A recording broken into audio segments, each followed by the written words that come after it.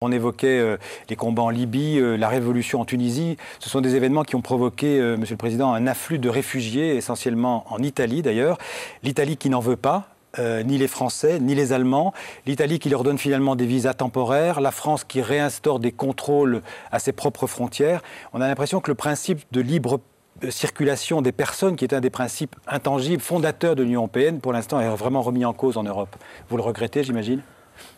Oui, d'abord, il y a bien sûr un mouvement migratoire, il ne faut pas exagérer à ce stade-ci. Hein. Je reconnais le danger si l'instabilité en Libye continue, mais à ce stade-ci, il ne faut pas oublier, par exemple, que pour la Belgique uniquement, on a un afflux d'environ 20 à 25 000 demandeurs d'asile par an les dernières années. Et ce qui s'est passé en Tunisie a provoqué 26 000 demandes en Italie. Oui, mais donc ce n'est pas un tsunami. Donc je parle d'un petit pays qui doit recevoir autant de demandeurs d'asile.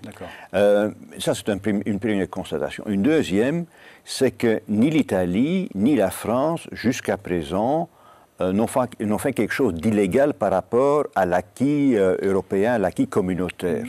Ils ont le droit de faire ce qu'ils ont fait. Ceci étant dit, effectivement, il y a un danger de ne pas respecter l'esprit du traité de Schengen, parce qu'on parle de ça, de la libre circulation dans le cadre de la zone Schengen. Et c'est pour ça que j'ai demandé qu'au Conseil européen de juin, on en délibère, même si nécessaire plus tôt, pas lors d'un Conseil européen, mais d'un Conseil des ministres normal. Mais donc, je crois qu'il y a un danger de ne pas respecter l'esprit de Schengen. Je crois savoir d'ailleurs que la France et l'Italie en sont tout à fait conscients, parce qu'il y a très prochainement une réunion entre la France et l'Italie. On suit ces choses d'assez près. Bruno et puis Clément. Oui, en disant en fait que la vague d'immigration actuelle n'est pas énorme, à ce stade n'est pas énorme. En fait, vous reprenez un peu les arguments des pays qui ont dit à l'Italie, en gros, c'est à vous de gérer ça vous-même, parce que cette vague d'immigration n'est pas très importante, ce qui a provoqué l'exaspération de Rome.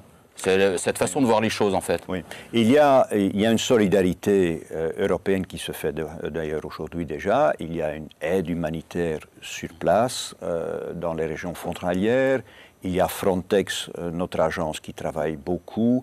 Il y a d'autres possibilités qu'on a ouvertes pour aider ces pays aussi financièrement, par exemple à Malte, en Grèce. Oui, mais on est très présent. L'Italie demandait plus. Il y a la solidarité, disons, physique, pour ainsi dire. Là, cette solidarité-là ne s'est fait pas encore, quoique c'est pas encore tout à fait vrai. Pour Malte, par exemple, il y a l'Allemagne, je crois même savoir aussi d'autres pays qui vont recevoir des gens qui sont qui ont entré Malte, mais d'une façon tout à fait irrégulière, d'ailleurs des Éthiopiens, des Somaliens, des gens de l'Érythrée, et qui vont être repris par l'Allemagne et quelques autres grands pays.